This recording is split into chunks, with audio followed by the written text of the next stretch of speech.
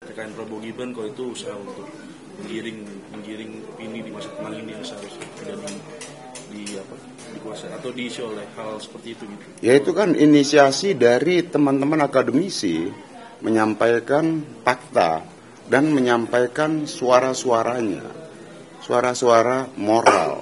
Dan menurut saya yaitu sebagai bentuk ekspresi ya dari kalangan akademisi menggambarkan situasi demokrasi Indonesia saat ini. Dimanapun kita kan harus jaga demokrasi ini sesuai dengan mandat reformasi demokrasi itu.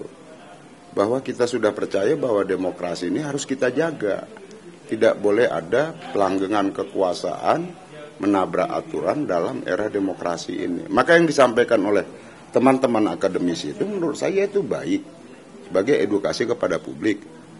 Ya, beliau-beliau bukan bagian dari tim sukses dan saya yakin suara beliau tersebut, suara teman-teman akademisi itu bersuara untuk demokrasi Indonesia.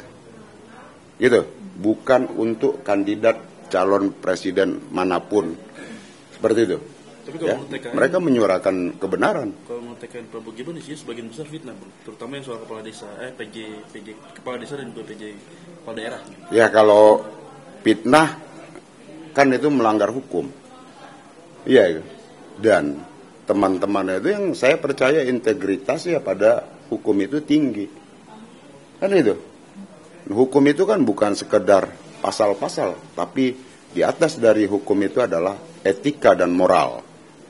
Dan nurani teman-teman akademisi sedang bekerja untuk menjaga demokrasi kita. Itu.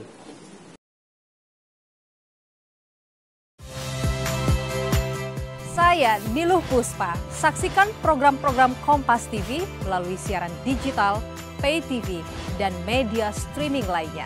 Kompas TV, independen, terpercaya.